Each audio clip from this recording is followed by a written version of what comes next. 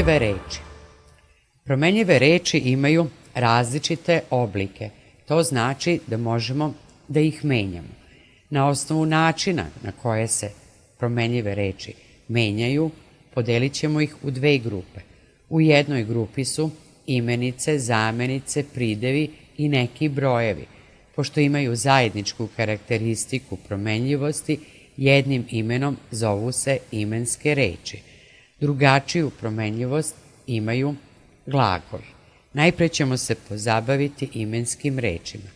Imenske reči se menjaju po padežima i ta promena imenskih reči po padežima naziva se deklinacija. Znači, po padežima se menjaju imenice, zamenice, pridevi i neki brojevi. Da pogledamo još jednu gramatičku osobinu imenskih reči. Imenske reči imaju i gramatički broj. To znači da imaju jedninu i množinu. Potom imenske reči se menjaju po rodovima. Muški, ženski i srednji rod. Kako izgledaju gramatičke kategorije imenskih reči, pogledat ćemo u ovom primjeru. Pera je došao do mojih drugarica. Šta je radio? Došao je. Ko je došao? Došao je Pera. Imenica koja u rečenici ima službu subjekta. Da pogledamo promenljivost ove imenice Pera. Da li se menja po padežima? Ko postoji? Postoji Pera. U pitanju je nominativ. Potom ćemo pogledati broj. Jedan je Pera, znači ima jedninu. I da pogledamo rod, taj Pera, u pitanju je muški rod. Znači imenica Pera menja se po padežima, po broju i po rodu.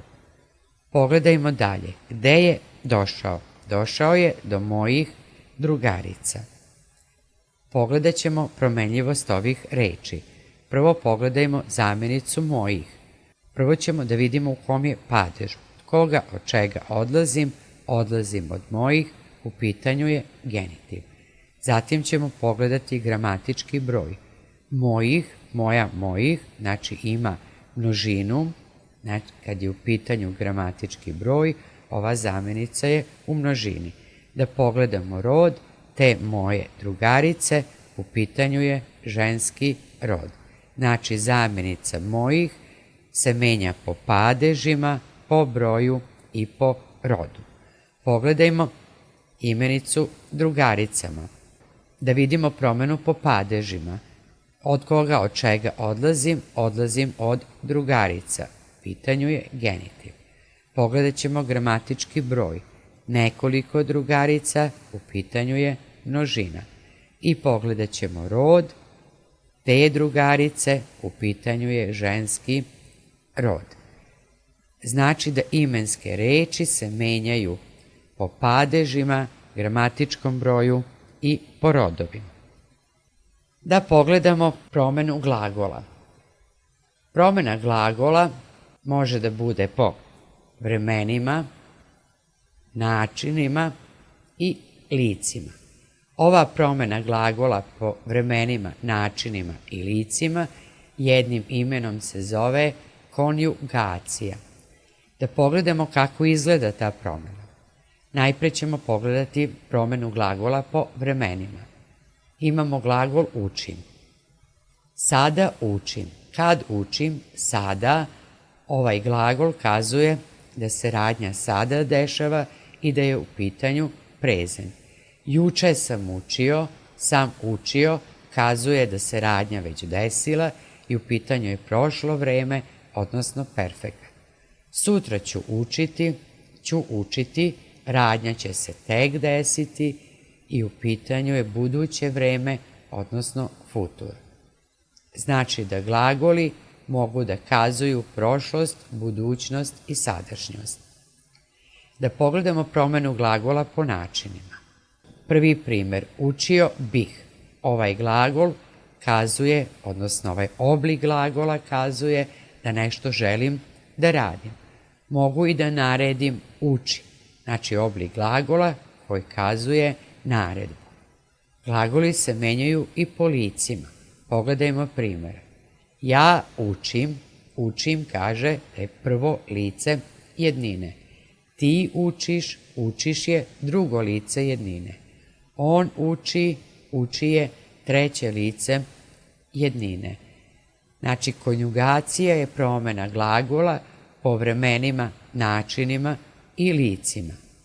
Glagoli imaju i gramatički broj. To znači da imaju jedninu i množinu, ali imaju i gramatički rod. Međutim, samo neki glagolski oblici mogu da imaju gramatički rod. Pogledajmo primer kod vremena. Juče sam učio. Sam učio, ovaj nastavak o, kaže da je u pitanju muški rod. Mogu reći juče sam učila i da imamo ženski rod. Ženski rod jednine. Prvi primer sada učim. Nema oblike za rod. Ima samo oblik za broj i u pitanju je jednina. Ću učiti takođe nema oblik za rod, ali ima oblik za broj i u pitanju je jednina. Znači da svi glagoli imaju gramatički broj, ali nemaju svi glagoli gramatički rod. Glagoli imaju posebnu karakteristiku koja je specifična samo za njih, a u pitanju je glagolski vid i glagolski rod. Glagolski vid kazuje koliko dugo radnja traje, da li je završena ili još uvek traje ili se ponavlja. Pogledajmo primjer. Potrčati znači da je radnja završena. Trčati kazuje da radnja još uvek traje. Pretrčavati kazuje da se radnja ponavlja. Dotrčati kazuje da je radnja završena. Znači, glagolski vid je osobina glagola da kazuje da li radnja traje ili je radnja završena. Glagolski rod je osobina glagola koja kazuje da li uz glagol može da stoji objekat ili ne može, odnosno da li je glagol prelazni ili ne. Pogledajmo primjera. Glagol ići ne može pored sebe da ima objekat. Šta ići? Objekat je nepotreban, ne može da se stavi. Pogledajmo drugi primjer. Nositi. Šta nositi? Šta nosim? Nosim loptu. Glagol pored sebe traži objekat. U narednom primjeru češljati se ili češljati sebe. Znači, radnju radim na sebi. Ja sam i subjekat i objekat u isto vreme. I naredni primjer stideti se. Meni se neka radnja dešava na koju ja ne mogu da utičem. Znači, glagolski rod je osobina glagola koja kazuje da li glagol pored sebe može ili ne može da ima objekat. Da pogledamo karakteristike glagola u rečenicama. One pozdravljaju novi dan. Šta rade? Odgovor je pozdravljaju. Imam glagol. Pogledat ćemo koje je ovo glagolsko vreme. Kada pozdravljaju, sada pozdravljaju, u pitanju je sadašnjost. Da pogledamo gramatički broj. One pozdravljaju, u pitanju je množina. I da pogledamo gramatički rod. Pozdravljaju, ovaj glagol nema rod. Da pogledamo vid. Pozdravljaju, radnja traje i nije završena. Da li ima glagolski rod? Šta pozdravljaju? Pozdravljaju novi dan. Radnja sa glagola prelazi na objekat. Da pogledamo sledeći primjer. On je pozdravio novi dan. Je pozdravio je glagol. Da pogledamo njegove karakteristike. Koje je glagolsko vreme najpre? Kad je pozdravio, radnja je bila, pa je u pitanju prošlost, prošlo vreme. Da pogledamo gramatički broj. Pozdravio, jednina, on je jedan, on je pozdravio. Da pogledamo gramatički rod. Ovaj nastavak o kaže da je u pitanju muški rod. Da pogledamo glagolski vid, je pozdravio, radnja je završena. Da pogledamo glagolski rod, šta je pozdravio, novi dan, ovaj glagol je prelazni jer kazuje ko je otrpio tu radnju.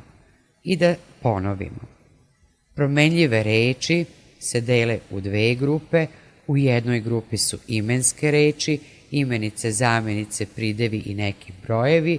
Menjaju se po padežima, po gramatičkom broju jednine i množine i po rodovima muški, ženski i srednji rod.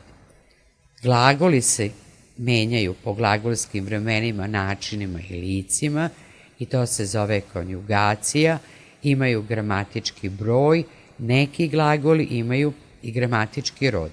Glagoli imaju posebnu kategoriju, a to su kategorije glagolskog vida i glagolskog roda.